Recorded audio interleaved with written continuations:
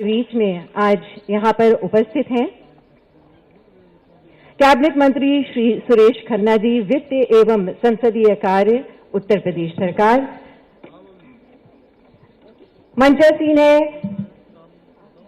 माननीय राज्य मंत्री स्वतंत्र प्रभार, महिला कल्याण, बाल विकास एवं पुष्टाहार, उत्तर प्रदेश श्रीमती स्वाति सिंह जी। साथ ही मौजूद हैं मुख्य सचिव उत्तर प्रदेश शासन श्री दुर्गा शंकर मिश्र जी। मंचासीन है हमारे बीच में अपर मुख्य सचिव सूचना विभाग उत्तर प्रदेश शासन श्री नवनीत सहगल जी, और हमारे बीच में यहाँ पर मौजूद हैं प्रमुख सचिव बाल विकास एवं पुष्टाहार उत्तर प्रदेश शासन श्रीमती अनीता सी मेश्राम जी। आप सभी का बहुत बहुत स्वागत है। जैसे कि आप जानते हैं, आज इस कार्यक्रम में यहाँ पर आंगनबाड़ी कार्यकर्त्रियों को और उनकी सहायिकाओं को सम्मानित किया जाएगा। साथ ही आंगनबाड़ी केंद्रों का लोकार्पण किया जाएगा। तो अब सबसे पहले अनुरोध करना चाहूंगी,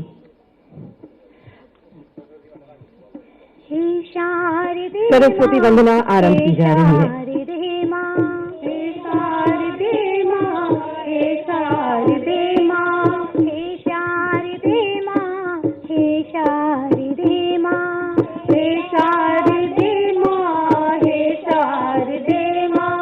अज्ञानता से हमें तार दे माँ, अज्ञानता से हमें तार दे माँ, हे शारदे माँ, हे शारदे माँ, हे शारदे माँ, हे शारदे माँ। तू स्वर्ग की देवी, ये संगीत तुझसे, तू स्वर्ग की देवी, ये संगीत तुझसे, हर शब्द तेरा है, हर गीत तुझसे, हर शब्द तेरा है, हर गीत तुझसे। हम हैं अकेले, हम हैं अधूरे, हम हैं अकेले, हम हैं अधूरे। तेरी शरण हम, हमें प्यार दे माँ, तेरी शरण हम, हमें प्यार दे माँ, हे शारदे माँ, हे शारदे माँ। अज्ञानता से हमें तार दे माँ, हे शारदे माँ, हे शारदे माँ। तू श्वेत वर्णी कमल पर विराजे, तू श्वेत वर्णी कमल पर विराजे, हाथों में वीणा मुकुट सर पे साजे, हाथों में वीणा मुकुट सर पे साजे। मन से हमारे मिटा के अंधेरे, मन से हमारे मिटा के अंधेरे, हमको उजालों का संसार दे माँ, हमको उजालों का संसार दे माँ, हे शारदे माँ, हे शारदे माँ। अज्ञानता से हमें तार दे माँ, हे शारदे माँ, हे शारदे माँ, हे शारदे माँ, हे शारदे माँ। मां सरस्वती के आशीर्वाद लेने के साथ ही अब कार्यक्रम में आगे बढ़ते हैं और अब अनुरोध करना चाहूंगी माननीय राज्य मंत्री स्वतंत्र प्रभार श्रीमती स्वाति सिंह जी से कि वे यहाँ आए और सबका स्वागत करें।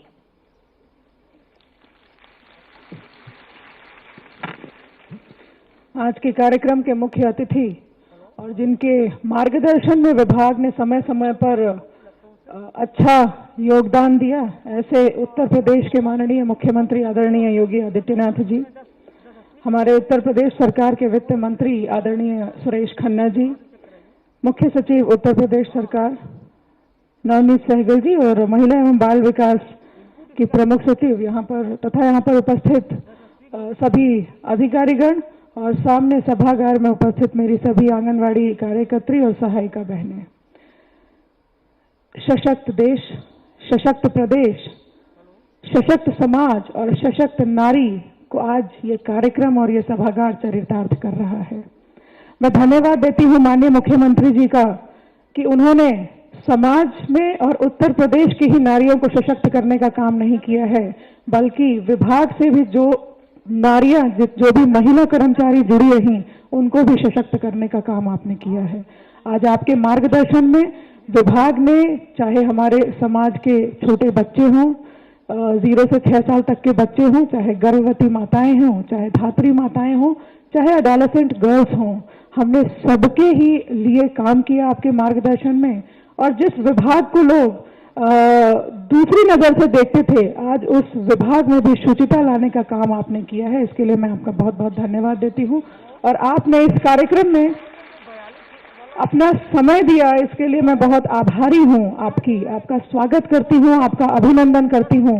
और आपके कहते हैं कि अभी तक जितनी भी सरकारें रहीं, आंगनवाड़ी वर्कर से सभी डरते रहे, इस विभाग से सभी डरते रहे।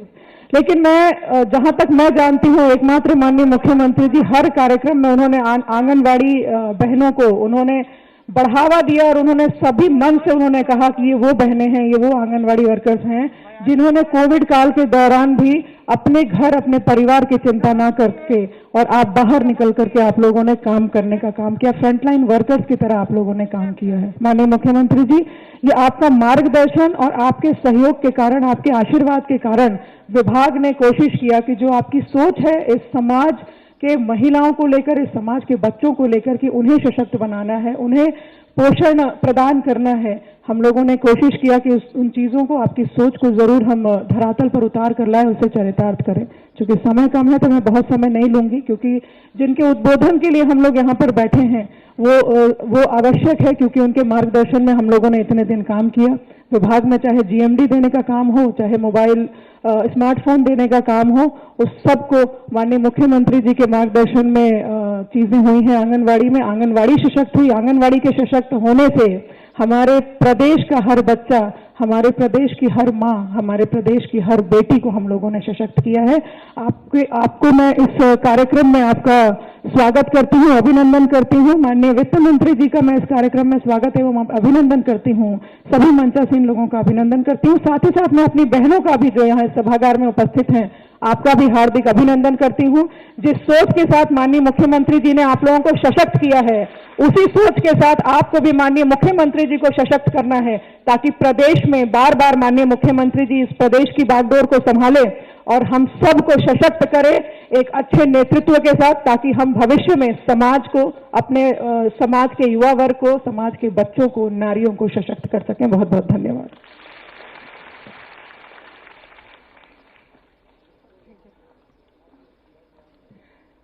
और इसी के साथ मैम से अनुरोध करना चाहूंगी कि हमारे आज के मुख्य अतिथि महोदय को एक रुद्राक्ष का पौधा भेंट कर उनका स्वागत करें।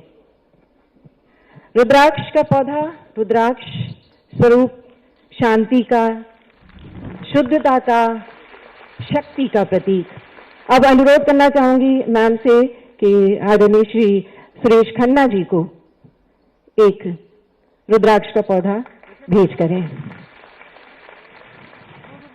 और जैसे कि हम सभी जानते हैं, आज हम एकत्रित हुए हैं, प्रदेश में आंगनवाड़ी केंद्रों का निर्माण विभिन्न विभागों के साथ कन्वर्जेंस के माध्यम से किया जाता है, जिसके अंतर्गत एक आंगनवाड़ी केंद्र की लागत लगभग 8 लाख रुपए होती है, जिसमें विभागीय अंश 2 लाख, मनरेगा अंश 5 लाख एवं पंचायती राज विभाग का अंश 1.6 लाख की धनराशि होती है।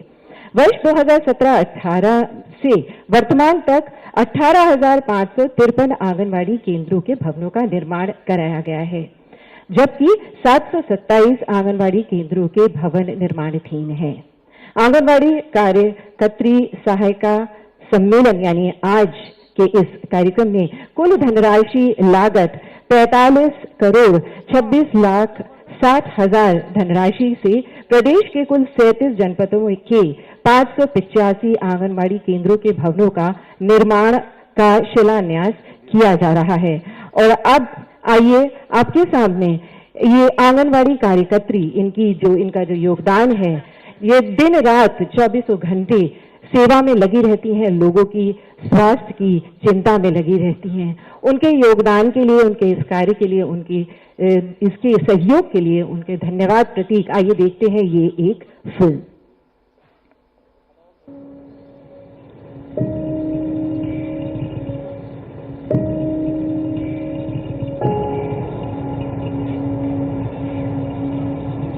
चौंतीस साल हो गए आंगनबाड़ी कार्यकर्ता के तौर पर इस गांव में। यहाँ का हर बच्चा मेरी आंखों के सामने ही पला पड़ा है। देखते ही देखते गांव आगे बढ़ता गया और मैं वहीं की वहीं रह गई। कल यहाँ से जाने के बाद क्या यही गांव वाले मेरा योगदान याद रखेंगे? अगर मुझसे कोई पूछे कि मैंने 34 सालों में क्या हासिल किया तो मैं क्या जवाब दूंगी?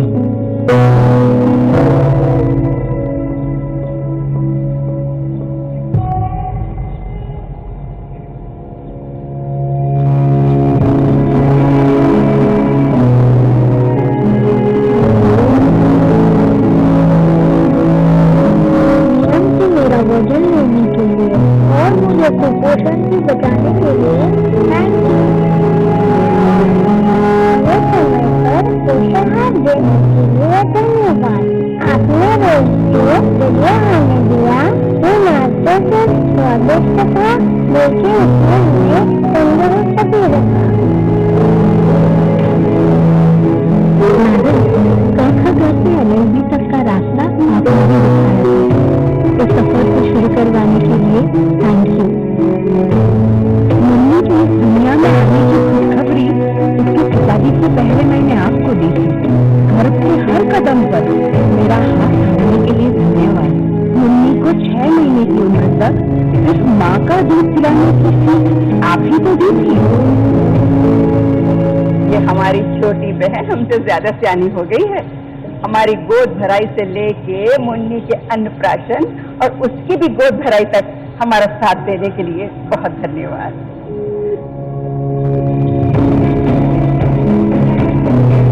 धन्यवाद आंगनबाड़ी दीदी। हमारी आंगनबाड़ी दीदी ने कोविड काल में भी कुपोषण के विरुद्ध जंग जारी रखी और घर घर जाकर लाभार्थियों को अनुपूरक पुष्टाहार वितरण किया गया एवं निगरानी समिति के सदस्य के रूप में कोविड बचाव हेतु लोगों को जागरूक किया गया। इसी अवधि में भारत सरकार के पोषण ट्रैकर ऐप पर भी हमारी आंगनबाड़ी दीदी द्वारा लाभार्थियों का 100% पंजीकरण कराया गया।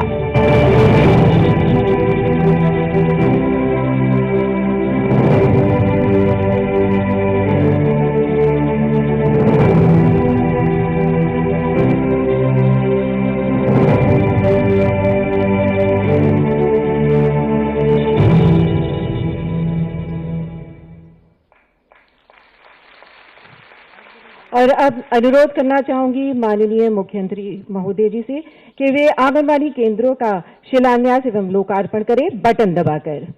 आज यहां इस अवसर पर 585 आंगनबाड़ी केंद्रों का शिलान्यास किया जा रहा है। हमारे प्रदेश के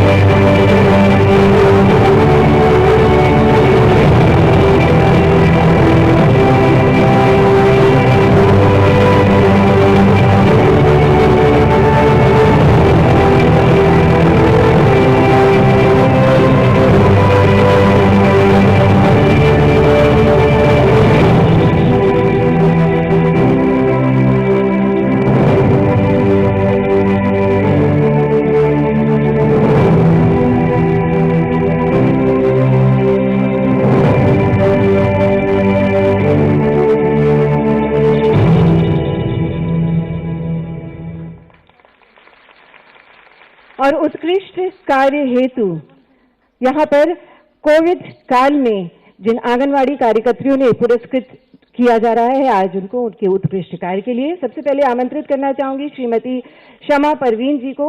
जनपद का नाम गोरखपुर, परियोजना शहर कोविड-19। श्रीमती कांति वर्मा जी कृपया मंच पर पधारें। जनपद बाराबंकी श्रीमती कमलेश यादव, जनपद बुलंदशहर, आप कृपया मंच पर पधारें। कोविड-19 के दौरान निगरानी समिति ने इनके द्वारा कोविड से बचाव संबंधी पर्ची छपवाकर जन समुदाय में वितरित कराया गया तथा दीवारों पर पोस्टर चस्पा किए गए। रैलियां निकाली गई तथा मास्क बनाकर सुरक्षा कर्मियों एवं जरूरतमंदों में वितरित किया गया। एक गर्भवती महिला को अस्पताल में भर्ती कराकर अपने खर्चे पर प्रसव कराया गया। इनके द्वारा कोविड-19 के दौरान घर घर जाकर पुष्पाहार का वितरण किया गया, जो अन्य लोगों के प्रेरणा स्रोत बने। और अब मंच पर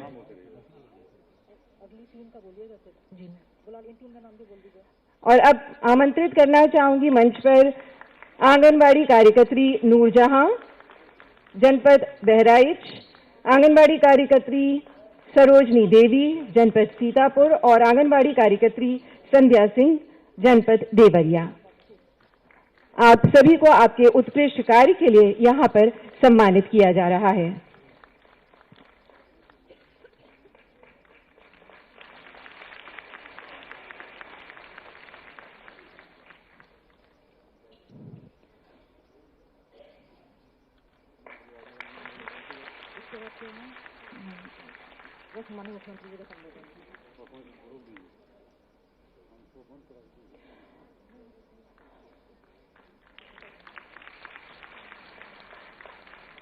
जोरदार तालियों से अभिवादन कीजिए इन सभी आंगनबाड़ी कार्यकर्त्रियों का, जिन्होंने उत्कृष्ट कार्य से अपनी एक पहचान बनाई और सबके लिए आप सब प्रेरणा स्रोत बने।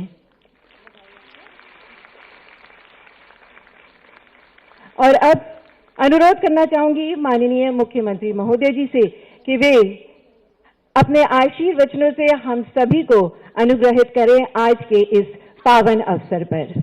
माननीय मुख्यमंत्री जी।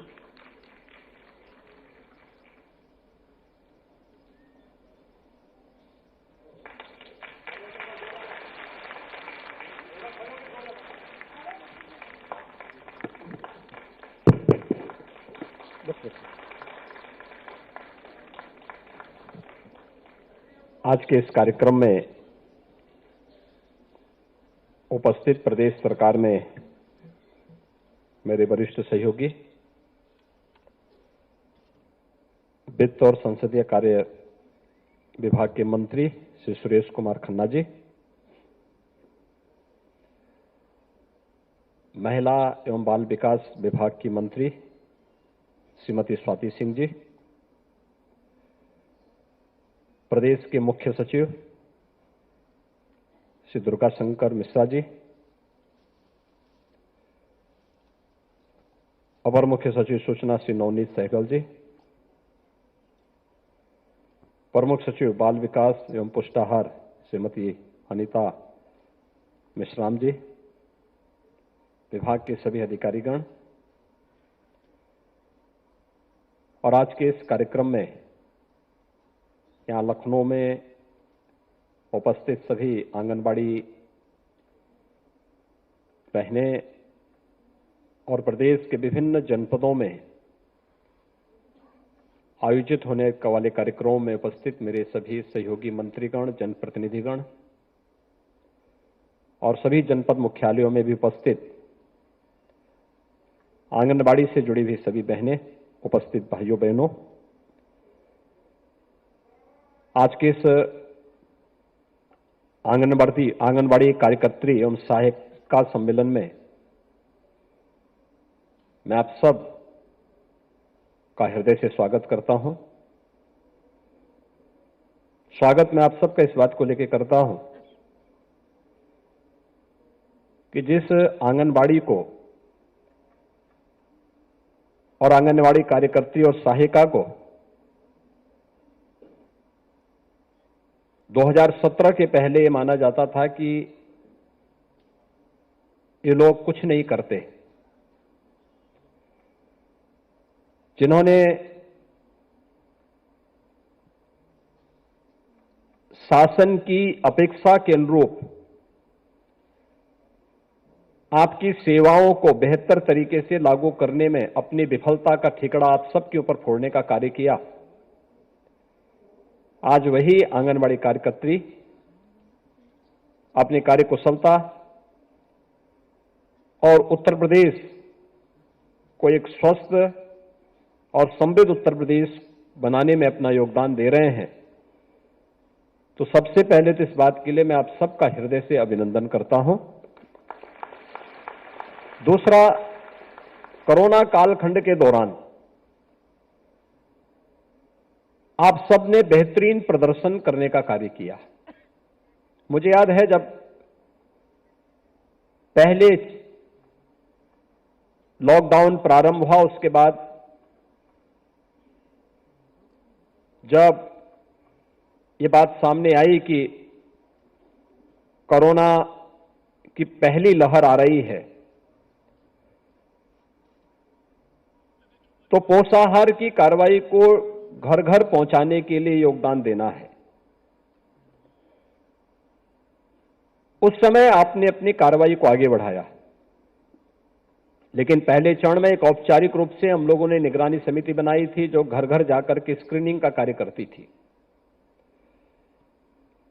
और उस समय हम लोगों ने ग्राम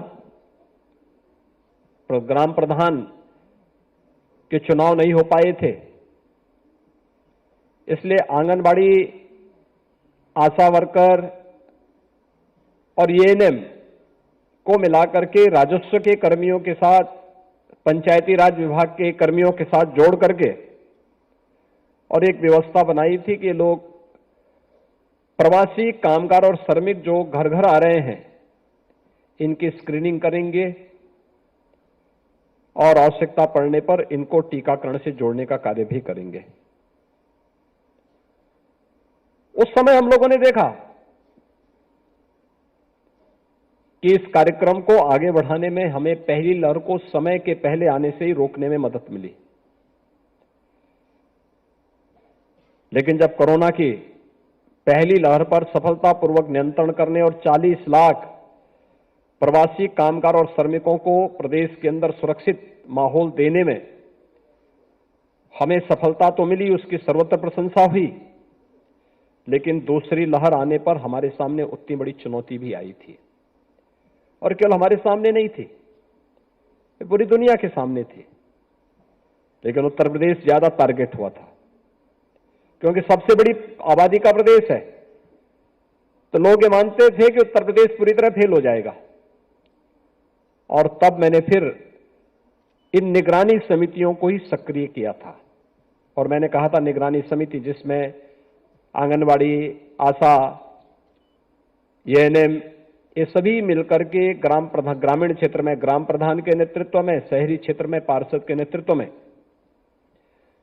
ये लोग डोर टू डोर जाएंगे, स्क्रीनिंग का कार्य करेंगे, हर संदिग्ध व्यक्ति को मेडिसिन किट उपलब्ध करवाएंगे और मेडिसिन किट उपलब्ध करवाने के बाद फिर इनके द्वारा वहां पर मेडिसिन किट के बाद अगर कोई संदिग्ध व्यक्ति मिलता है तो संदिग्ध व्यक्ति को वहीं पर मेडिसिन दे करके अगले 24 घंटे के अंदर उनकी टेस्टिंग करने का कार्य भी करेंगे। लक्षण होंगे तो हॉस्पिटल में, लक्षण नहीं होंगे तो घर में सुरक्षित माहौल में उसे देना और निरंतर उसकी समीक्षा करना। उत्तर प्रदेश ने कोविड प्रबंधन में जैसे हमारे देश ने पूरी दुनिया में सबसे अच्छी सफलता प्राप्त की प्रधानमंत्री मोदी जी के नेतृत्व में, तो उत्तर प्रदेश में अपने सभी हेल्थ वर्कर्स, चिकित्सक, कोरोना वॉरियर्स और आप जितने भी फ्रंट लाइनर थे जिन्होंने पहली पंक्ति पे जाकर के इस सदी की सबसे बड़ी महामारी में देश के अंदर सबसे अच्छा कोरोना प्रबंधन का उदाहरण प्रस्तुत किया, ऐसे आंगनबाड़ी, आशा और एएनएम का मैं प्रदेश शासन की ओर से और प्रदेश की जनता की ओर से हृदय से अभिनंदन भी करता हूं। आज का कार्यक्रम हम सबके लिए इसलिए महत्वपूर्ण है, मैं आज जब यहां बोल रहा हूं मेरे लिए इसलिए महत्वपूर्ण है, मैं देख रहा था कल दुनिया के अंदर जो पहला कोरोना का टीका बना, उनमें से एक फाइजर की वैक्सीन के जो जन्मदाता हैं डॉक्टर मेलोन, ये अमेरिका में है और इन्होंने अमेरिका से इस बारे में कहा है कि हमने तो टीका भले ही बनाया है, लेकिन हमें इस बात को देखना होगा कि अमेरिका की ही तर्ज पर सबसे बड़ी आबादी का कोई राज्य है तो वह राज्य है उत्तर प्रदेश। उत्तर प्रदेश ने कोरोना प्रबंधन कैसे सबसे अच्छा किया है, इस पर शोध किया जाना चाहिए, अध्ययन इसका किया जाना चाहिए। और मैं कह सकता हूं कि उनको अध्ययन करना है तो अध्ययन करने के लिए उनको उत्तर प्रदेश की निगरानी समितियों की कार्य पद्धति को देखना पड़ेगा, क्योंकि जिन्होंने स्वयं के जीवन की परवाह किए बगैर, जो प्रधानमंत्री जी ने मंत्र दिया था कि जीवन को भी बचाना है और जीविका को भी बचाना है, उस कार्यक्रम को सफलतापूर्वक प्रदेश के अंदर लागू करने में अपना योगदान दिया। क्योंकि पहले तो स्वयं बचना है और फिर दूसरों को भी बचाना है। अगर व्यक्ति स्वयं ही सुरक्षित नहीं है तो दूसरों को क्या सुरक्षित करेगा? क्योंकि कोरोना में तो संक्रमण बहुत तीव्र है। अगर एक व्यक्ति उसकी चपेट में आ गया तो वह अगर संक्रमित होने के बाद अगर बीमारी को छुपा रहा है तो न जाने कितने अन्य लोगों को, जितने लोगों के संपर्क में आएगा सभी लोग उसकी चपेट में आएंगे। लेकिन स्वयं का बचाव करते हुए दूसरों को बचाने का जो कार्य हुआ है वह अद्भुत हुआ है, अभिनंदनीय हुआ है। और उत्तर प्रदेश के कोविड प्रबंधन को न केवल नीति आयोग ने,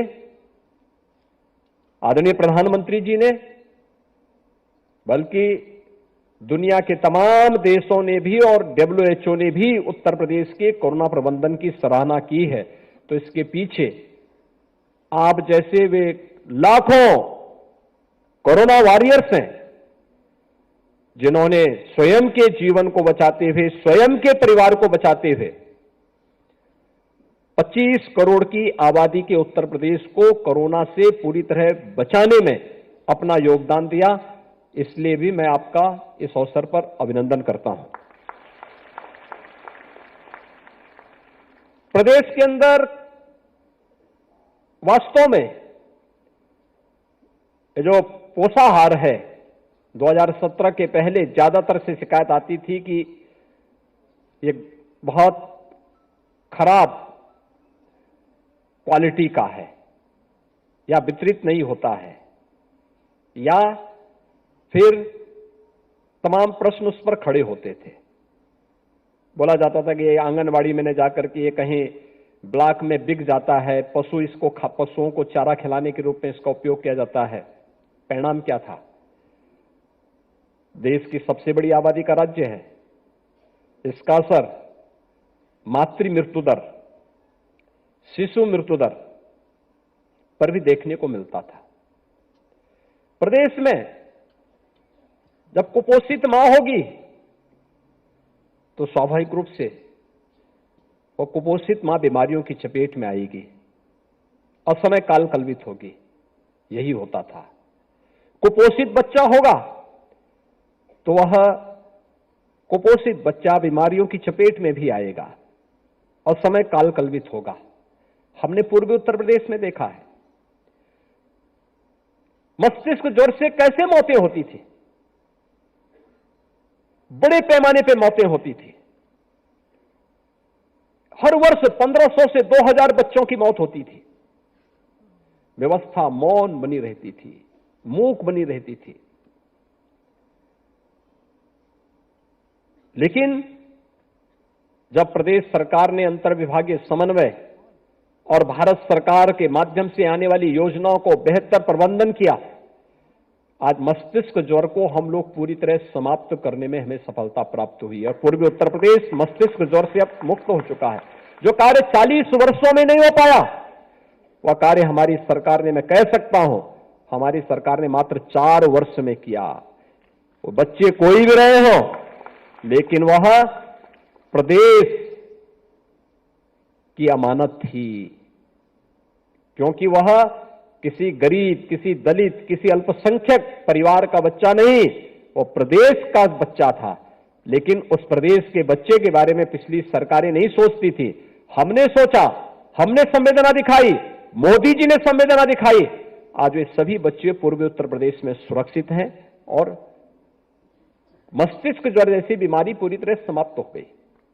हमारे पास पहला अनुभव मस्तिष्क ज्वर को पूरी तरह समाप्त करने का था और वही प्रबंधन हम लोगों ने कोरोना में भी लागू किया, तो वह भी सफलतापूर्वक आगे बढ़ा और सफलतापूर्वक उसको आगे बढ़ाने के बाद हम लोगों ने फिर प्रदेश में अंदर पोषाहार की क्वालिटी को भी आगे ठीक करने का काम किया और उत्तर प्रदेश संभवतः देश का पहला राज्य है जिसने पोषाहार की व्यवस्था महिला स्वयंसेवी समूह को देकर के आंगनबाड़ी के साथ उनका संबंध जोड़ करके और उन्हें इतना सशक्त बना दिया है कि अब हर गांव में ही, हर जिले में ही ये पोषाहार बनेगा और जिले में ही वितरित होगा, समय पे वितरित होगा, इसकी क्वालिटी की जांच होगी और ये क्वालिटी की जांच होने के साथ ही मातृ मृत्यु दर और शिशु मृत्यु दर को भी कमजोर यानी कम करने,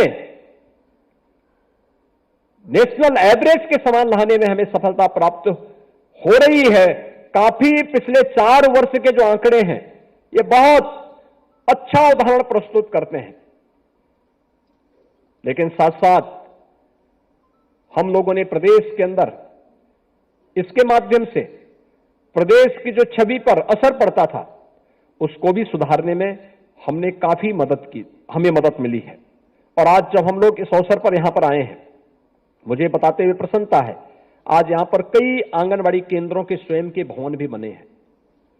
हम सब जानते हैं कि नई शिक्षा नीति, जो राष्ट्रीय शिक्षा नीति 2020 में प्रधानमंत्री मोदी जी ने लागू की है, पहले होता क्या था कि बच्चे को जब 5 साल तक इंतजार किया जाता था, जब 5 साल का होगा तभी उसका बेसिक शिक्षा स्कूल में नाम लिखाया जाता था, 5 साल के पहले नहीं लिखाया जाता था। अब बुनियादी शिक्षा के लिए 3 से 5 वर्ष के बच्चों को भी नामांकन होगा और उसकी बुनियादी शिक्षा की पहली पाठशाला होगी हमारा आंगनबाड़ी केंद्र, और आंगनबाड़ी केंद्र को इसके साथ जोड़ने का एक अवसर जो प्राप्त हुआ है, आप देख सकते हैं। जो यहां पे एक छोटी सी डॉक्यूमेंट्री अभी दिखाई जा रही थी, आंगनबाड़ी जाती है, गांव में देखती है, गांव में देखती है कि मैं 34 साल मुझे कार्य करते हुए हो गए, लेकिन मेरी उपलब्धि क्या है।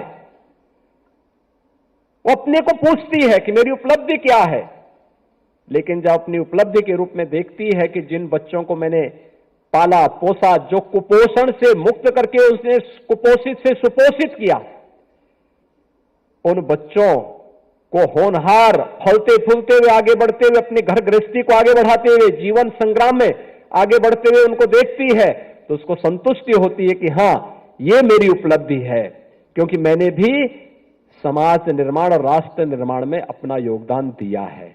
और समाज निर्माण और राष्ट्र निर्माण में यही आपकी भूमिका है, जिस भूमिका के लिए आपको लोग इतना सम्मान देने का कार्य कर रहे हैं। देखिए, जो कार्य करेगा उसको सम्मान मिलेगा, जो केवल एक तरफा बोलेगा, करेगा कुछ नहीं, उसको समाज कभी सम्मान नहीं देगा, कभी नहीं देगा। आप देखे होंगे 2017 के पहले आपके प्रति समाज का नजरिया क्या था और 2017 के बाद नजरिया बदलने में कितनी मदद मिली है। जब भी मेरे पास आंगनबाड़ी से जुड़े हुए, यूनियन से जुड़े हुए पदाधिकारी आते थे, क्योंकि मैं मिलता था, मैं उनसे मिल लेता था। मुझे बहुत बार बोलते थे लोग, अरे साहब आप आंगनबाड़ी के नेताओं से मिलते हैं, तो मैंने कहा प्रदेश के नागरिक हैं वो, उनको भी अपनी बात कहने का अधिकार होना चाहिए, मुझे उनकी बात सुननी चाहिए। मैं विभाग के साथ फिर संवाद बना करके बोलूंगा कि भाई इनकी समस्या का समाधान होना चाहिए। और मैं इस बात के लिए आपको धन्यवाद दूंगा कि 2018 के बाद आप लोग किसी भी आंदोलन के साथ नहीं जुड़े, नहीं तो उससे पहले रोज धरना, प्रदर्शन, झंडा, डंडा, यही सब एक आपकी पहचान बन चुकी थी। लेकिन 2017-18 के बाद मैंने देखा कितना परिवर्तन हुआ और उसका परिणाम अभी मैं देख रहा था, भारत सरकार की जो स्वास्थ्य इंडेक्स निकले, उसके जो आंकड़े निकले हैं, उत्तर प्रदेश की रैंकिंग में बहुत सुधार हुआ है, काफी सुधार हुआ है। सुधार का कारण लोगों ने मुझसे पूछा, तो मैंने कहा भी देखिए, इसमें आंगनबाड़ी का भी योगदान है, आशा वर्कर का भी योगदान है, एएनएम का भी योगदान है, और ये तीनों मिलकर के अपनी अपनी भूमिका का जब ईमानदारी पूर्वक निर्वहन करने लग गए हैं, तो हम मातृ मृत्यु दर को भी नियंत्रित करने में, शिशु मृत्यु दर को भी नियंत्रित करने में हमें सफलता प्राप्त हुई है। और भी अन्य जो स्वास्थ्य के सूचकांक हैं, इन सबको हम लोग नियंत्रित करने में हमें सफलता प्राप्त हो रही है। आज मैं कह सकता हूं, कोरोना कालखंड में आपने, चाहे वह कुपोषित बच्चों का पोषाहार हो, धात्री महिलाओं माताओं का पोषाहार हो या किशोरी कन्याओं का पोषाहार हो, उन तक पहुंचाने में अपना योगदान दिया है। लेकिन लगातार उसमें कुछ न कुछ सुधार भी किया और इस दौरान प्रदेश के अंदर स्मार्टफोन वितरित भी हुए और स्मार्टफोन से आप भी अपने आप को बता सकते हैं कि मैं कहां पर क्या कार्य कर रही हूं। अब जो अलग अलग रजिस्टर भरने की एक प्रक्रिया थी, तमाम प्रकार की औपचारिकताएं थी, मोदी जी जिस बात को लेकर कहते हैं कि तकनीक का उपयोग हमारे जीवन को और भी सरल कर सकता है, और उस तकनीक ने आपके कार्य को और भी सरल किया है और आपके सम्मान में अभिवृद्धि भी की है। और आज उन्हीं सब बातों को लेकर के पिछले दिनों हम लोगों ने स्मार्टफोन वितरण के कार्यक्रम को यहां पे आगे बढ़ाया। ग्रोथ मॉनिटरिंग डिवाइस का वितरण भी यहां पर किया था और उस समय हम लोगों ने तमाम अन्य प्रकार के कार्यक्रमों को यहां पर जोड़ा था, जिसमें प्रदेश के अंदर आंगनबाड़ी केंद्रों में लगभग 5.5 लाख, जिसमें हम लोगों ने ग्रोथ मॉनिटरिंग डिवाइस, जिसमें स्टेडियोमीटर, इन्फेंट वेइंग स्केल और इन्फेंटोमीटर, इन सबको उपलब्ध कराने में भी मदद ली। और हम आभारी हैं प्रदेश के अपनी राज्यपाल महोदया का। आंगनबाड़ी के साथ उनका विशेष लगाव है। आंगनबाड़ी केंद्रों को गोद लेने, आंगनबाड़ी केंद्रों में आने वाले बच्चों के लिए तमाम प्रकार के उन सामग्रियों को उपलब्ध करवाने, जो वहां की आवश्यकता है, इसको उपलब्ध करवाने में उन्होंने बहुत बड़ी भूमिका का निर्वहन किया। अलग अलग जनपदों में जाकर के स्वयं भी सम्मेलन आयोजित किए। आंगनबाड़ियों के साथ जब राज्यपाल महोदया का सीधे संवाद होता है तो ये संवाद आप सबके सम्मान को और भी आगे बढ़ाने का कार्य करता है, और वही संवाद की भाषा 2018 में हम लोगों ने निभाई थी। संवाद एक लोकतंत्र की ताकत है और लोकतंत्र की इस ताकत का इस्तेमाल, क्योंकि संवाद से बड़ी बड़ी समस्याओं का समाधान हो सकता है, और हम लोगों ने भी इसी समस्या का समाधान संवाद के माध्यम से किया है। आज मुझे प्रसन्नता है कि अधिकतर आंगनबाड़ी केंद्रों के अपने भवन बन चुके हैं। कुछ के आज शिलान्यास हो रहे हैं, कुछ के लोकार्पण भी हुए हैं। और हमारा प्रयास होना चाहिए कि राष्ट्रीय शिक्षा नीति 2022 में लागू होनी है। 2022 में लागू होने तक हमारा प्रयास होना चाहिए कि प्रदेश की सभी आंगनबाड़ी केंद्रों के अपने अपने भवन बनकर के तैयार हो जाएं और हम भी उसके लिए अपने आप को तैयार कर सकें, क्योंकि यह एक परिवार का मामला नहीं, ये समाज और राष्ट्र निर्माण की उस प्रवर्तमान अभियान के साथ आप सब भी अपनी भूमिका को उसके साथ ढूंढ सकते हैं। कुछ आंगनबाड़ी आज कार्य प्रारंभ कर रही होंगी, कुछ ने 2 साल, कुछ ने 5 साल, कुछ ने 10 साल, कुछ ने 15 साल, कुछ ने 20 वर्ष तक काम किया होगा। लेकिन जब आप अपने क्षेत्र में कार्य करती होंगे, उस समय आप जब कभी अपना मूल्यांकन करते होंगे तो उस समय आप भी देख सकती हैं कि कौन बच्चे कुपोषित थे, कौन ऐसी धात्री मां है जो कुपोषित थी, कौन किशोरी एनेमिक थी, और आपने कैसे प्रयास करके उन्हें सामान्य श्रेणी में लाने में सफलता प्राप्त की। यह आपकी सफलता है। और फिर जब आप उसके अनुसार अपना मूल्यांकन करती हैं, अब तो आपके पास स्मार्टफोन भी आ गया है। स्मार्टफोन से उनके फोटो लेकर के अगर आप अपने पास रखेंगे, आपके पास एक डाटा बनेगा, और कभी कोई आपसे पूछे कि आखिर आपने क्या किया है, क्या आपकी प्रोग्रेस है, क्या आपने प्रगति की है, तब उस समय अपना स्मार्टफोन निकाल करके उनको बताइए कि ये है मेरा डाटा। अगर आपको देखना है ये बच्चा आज से 1 वर्ष पहले ऐसा था, 1 वर्ष के बाद उस बच्चे की स्थिति ये हुई है, ये बच्चा 10 साल पहले ऐसा था, आज वो इस रूप में खेलते कूदते हुए आज उस बच्चे को देख सकते हैं। ये प्रगति एक परिवार की नहीं होती, एक बच्चे की ही नहीं होती, एक परिवार की ही नहीं होती है, ये समाज की प्रगति को भी इंगित करता है, समाज भी उसके साथ जुड़ता है।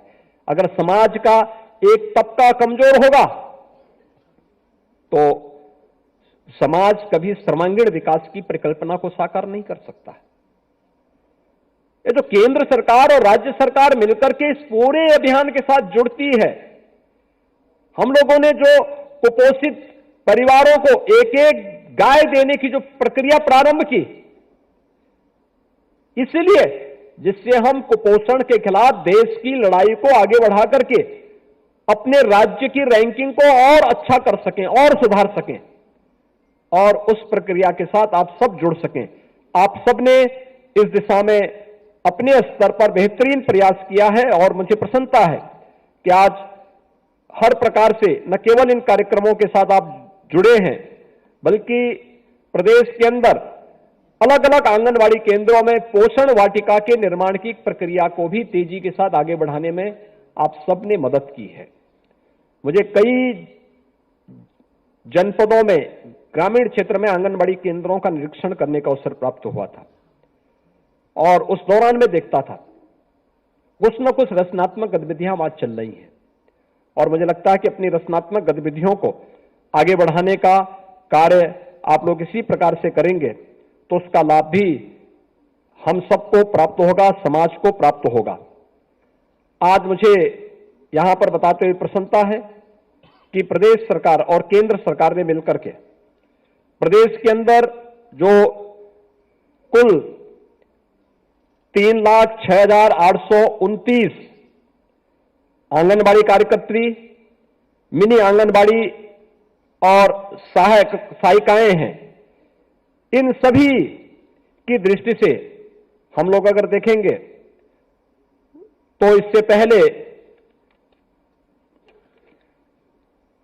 इन सभी को जो मानदेय वर्तमान में मिलता है, ये प्रतिमा आंगनबाड़ी कार्यकर्त्री को 5,500, मिनी आंगनबाड़ी को 4,250 और सहायिका को 2,750 प्राप्त होता है। अब हम लोगों ने जो यहां पर हम लोग सितंबर 21 से हम लोगों ने पीएलआई के माध्यम से इस कार्रवाई को आगे बढ़ाया है, और इस अभियान के साथ जोड़ते हुए अब मैं कह सकता हूं कि पीएलआई के साथ में आंगनवाड़ी कार्यकर्त्री को हम लोग जो मानदेय बढ़ाने जा रहे हैं, उसके बाद आंगनवाड़ी कार्यकर्त्री अगर उसके साथ जुड़ती है, अपने स्मार्टफोन और तकनीक का उनका प्रशिक्षण बेहतरीन तरीके से आगे बढ़ता है, तो मैं कह सकता हूं कि आंगनवाड़ी कार्यकर्त्री, मिनी आंगनवाड़ी कार्यकर्त्री और सहायिका इसके माध्यम से एक सम्मानजनक मानदेय प्राप्त करने में सफलता प्राप्त करेंगे। स्मार्टफोन और तकनीक के साथ जोड़ने की जो कार्रवाई है, ये उसी का हिस्सा है, और उसी क्रम में सबसे पहले इसमें जो हम लोग कोविड के दौरान जो कार्य आप लोगों ने किया है, कोरोना कालखंड के दौरान निगरानी समिति के साथ जुड़ करके 1 अप्रैल 2020 से लेकर के 31 मार्च 2022 तक, यानी 2 वर्ष का, इन सभी को, जिसमें प्रतिमा आंगनवाड़ी कार्यकर्त्री को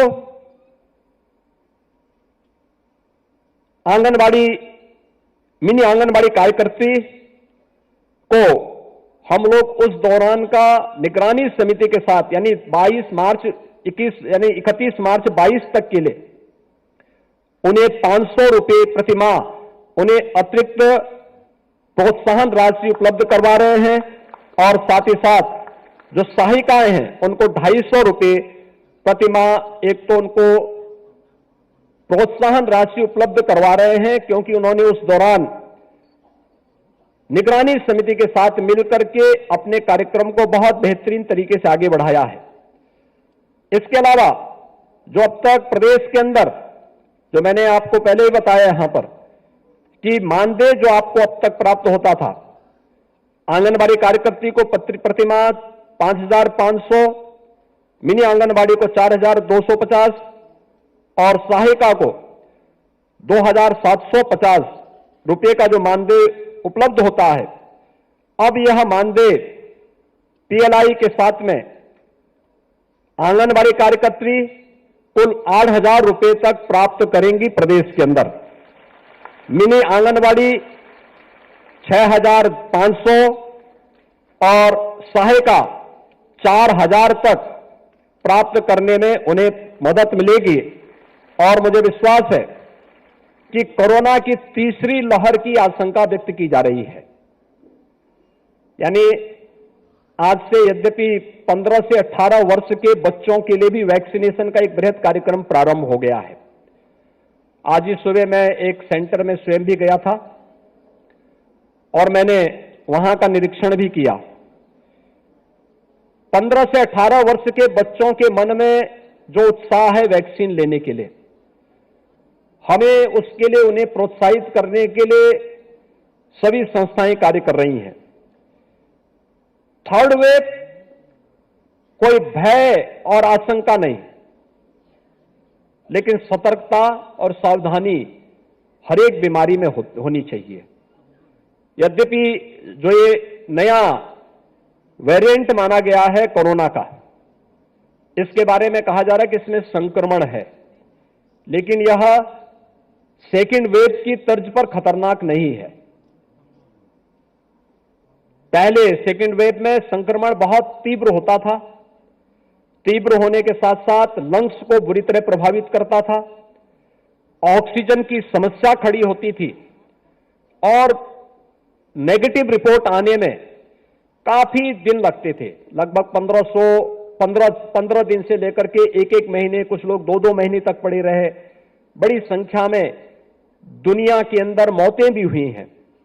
लेकिन ये जो थर्ड वेव के बारे में आशंका व्यक्त की जा रही है, मामले तो बढ़ रहे हैं, संक्रमण है, लेकिन संक्रमण के बाद चौथे 3-4 दिन से लेकर 7 दिन के अंदर व्यक्ति एक सामान्य, जैसे वायरल फीवर आता है, वायरल फीवर का एक कोर्स होता है 3 दिन से लेकर 7 दिन का, तो वायरल फीवर की तर्ज पर इसका भी एक देखने को मिल रहा है कि एक सामान्य परिस्थिति में यह आकर के फिर ठीक भी हो जा रहा है। उत्तर प्रदेश 25 करोड़ की आबादी का राज्य है और 25 करोड़ की आबादी में अब तक केवल 8 मामले मिले हैं। 8 में से 3 लोग ठीक होकर के जा चुके हैं, 5 लोग अपने घरों में हैं, हॉस्पिटल में एक भी नहीं।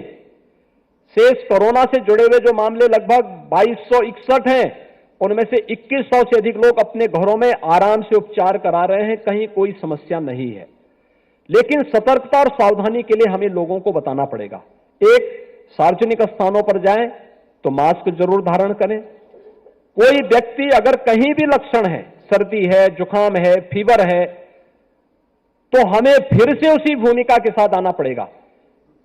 मेडिसिन किट निगरानी समितियों को फिर से उपलब्ध कराया जा चुका है और मेडिसिन किट अगर हर परिवार में उपलब्ध हो जाए तो मेडिसिन किट से उन सभी परिवारों को जो आशंका व्यक्त की जा रही है और जिस पर दुनिया अभी शोध करने वाली है, जो मैंने अभी फाइजर वैक्सीन के जो निर्माता हैं उनकी बात यहां पर कही कि उत्तर प्रदेश को कोविड प्रबंधन को उन्होंने न केवल सराहना की है बल्कि उन्होंने इस बारे में कहा कि आखिर क्या उत्तर प्रदेश में हुआ है जिसके कारण उत्तर प्रदेश में सुधार हुआ है। तो वह भी एक बेहतरीन प्रदर्शन उत्तर प्रदेश का वहां पर देखने को मिलेगा। लेकिन मेरी आप सबसे अपील होगी कि निगरानी समिति के सदस्य के रूप में हम वैक्सीनेशन के कार्यक्रम को तो तेजी लाने में मदद कर सकते हैं। यानी घर घर जब हम जाएं, हर लक्षण युक्त व्यक्ति को चिन्हित करते हैं, लक्षण युक्त व्यक्ति को चिन्हित करके उसको मेडिसिन किट उपलब्ध करवाना और मेडिसिन किट उपलब्ध करवाने के साथ हम अगर उस व्यक्ति की सूची बना करके अगले 24 घंटे के अंदर उनका टेस्ट तो होता, आरआरटी की टीम जाती है, उसका टेस्ट भी कर लेती है।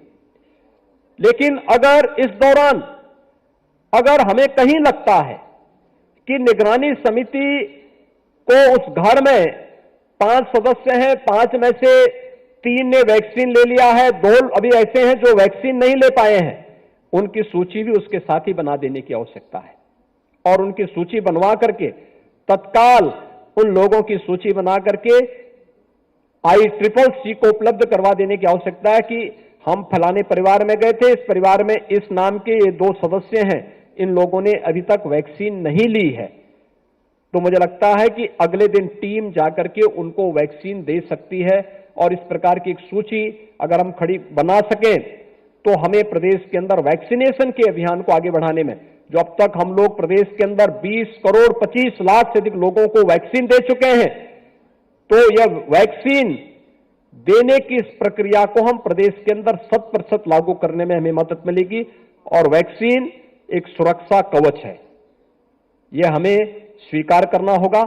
सतर्कता और सावधानी के साथ साथ वैक्सीन लेने की इस प्रक्रिया के साथ अगर हम जुड़ते हैं तो जरूर हम कोरोना के खिलाफ देश की इस लड़ाई को जीतने में मदद कर सकते हैं। और मुझे लगता है ये देश के प्रति, वर्तमान और आने वाली पीढ़ी के प्रति हम सबका योगदान होगा। मैं एक बार फिर से आप सभी आंगनबाड़ी कार्यकर्ती और अन्य जितने भी आपका जो सम्मेलन हुआ है, आप सभी को मैं एक बार फिर से इस अवसर पर कोरोना कालखंड के दौरान प्रदेश में पोषण मिशन को सफलतापूर्वक आगे बढ़ाने में आपके द्वारा किए जा रहे सराहनीय कार्यक्रम की मैं एक बार फिर से यहां पर आप सबका मैं अभिनंदन करता हूं और विश्वास करता हूं कि प्रदेश के इस लक्ष्य को आगे बढ़ाने में आप निरंतर अपना योगदान देंगे। आप सबके प्रति मेरी शुभकामनाएं। धन्यवाद। जय हिंद। ये हमारे यशस्वी और ऊर्जावान माननीय मुख्यमंत्री जी के ही कुशल मार्गदर्शन का परिणाम है कि आज आंगनबाड़ी कार्यकर्ती इतना अच्छा कार्य कर पा रही हैं और हमारा प्रदेश उनके ही नेतृत्व में नित नए कीर्तिमान बना रहा है। और अब अनुरोध करना चाहूंगी प्रमुख सचिव बाल विकास एवं पुष्टाहार श्रीमती अनीता सी मेश्राम जी से कि वे यहाँ आए और सबका धन्यवाद ज्ञापित करें। आज इस कार्यक्रम में उपस्थित माननीय मुख्यमंत्री जी, आपके इस कार्यक्रम में आने के लिए पहले तो मैं आपका बहुत बहुत धन्यवाद देना चाहूँगी और साथ ही एक चीज़ के लिए विशेष रूप से धन्यवाद देना चाहूँगी जो आपने आज विभाग का और हमारे आंगनवाड़ी बहनों का जो उत्साहवर्धन किया है, जो प्रोत्साहन धनराशि के रूप में और मानदेय वृद्धि के रूप में, उसके लिए मैं पूरे विभाग की ओर से आपको धन्यवाद देना चाहूँगी और साथ ही आश्वासन भी देना चाहूँगी कि आज आपने जो हमें विश्वास जताया है, आंगनवाड़ी बहनों में विश्वास जताया है, हम उससे और अधिक मेहनत से, लगन से, निष्ठा से कार्य करेंगे और आपने जो आज निर्देश मार्गदर्शन दिया है उसको पूरा प्राप्त करने में जो भी बनेगा हमसे हम पूरा योगदान अपना देंगे। मैं माननीय वित्त मंत्री जी का भी धन्यवाद देना चाहूँगी कि आप आए और इस कार्यक्रम की शोभा बढ़ाई, सम्मान बढ़ाया। माननीय विभागीय मंत्री जी, उनको बहुत धन्यवाद देना चाहूँगी कि आप प्रोग्राम में आई और आपके मार्गदर्शन में विभाग में बहुत सारे नई चीज़ प्रारंभ हुई और जिसका प्रभाव, जैसा माननीय मुख्यमंत्री जी ने बताया, क्लियरली हम लोगों के सामने इसका प्रभाव और इसका असर दिखना शुरू हो गया है। माननीय मुख्य सचिव महोदय को भी मैं बहुत सहृदय धन्यवाद देना चाहूँगी कि आप अत्यंत अपने बिजी शेड्यूल से सर आए और हमको हमारे इस कार्यक्रम की शोभा बढ़ाई। अपर मुख्य सचिव सूचना महोदय का भी मैं धन्यवाद देना चाहूँगी। यहाँ पर उपस्थित सभी प्रेस बंधु और विशेष रूप से यहाँ पर आई हुई हमारी आंगनवाड़ी बहनें, कार्यकर्त्री और सहायिका, आप सबका कि आप बड़ी संख्या में यहाँ पर आए और इस कार्यक्रम से जुड़े। पूरे प्रदेश में इस प्रोग्राम की लाइव स्ट्रीमिंग हो रही है, उसके लिए भी प्रदेश में जो जितने भी जनप्रतिनिधि जुड़े हैं, हमारे अधिकारी जुड़े हैं, उन सबका भी धन्यवाद देना चाहूँगी। आप सभी यहाँ पर पधारे और इस कार्यक्रम को सफल बनाया, आप सभी का बहुत बहुत धन्यवाद। जय हिंद। बहुत बहुत धन्यवाद हमारे आज के माननीय मुख्य अतिथि महोदय, साथ ही मंचासीन सभी गणमान्य अतिथियों का कि आप सब यहाँ आए, अपने बहुमूल्य समय से कुछ क्षण आपने हमारे इस कार्यक्रम को के लिए निकाले और इस कार्यक्रम को सफल बनाया। उसके लिए आप सभी का बहुत बहुत आभार। और यहाँ पे सभागार में उपस्थित आप सभी अतिथियों से अनुरोध करूंगी कि कृपया अपना अपना स्थान ग्रहण करें। आपको यहीं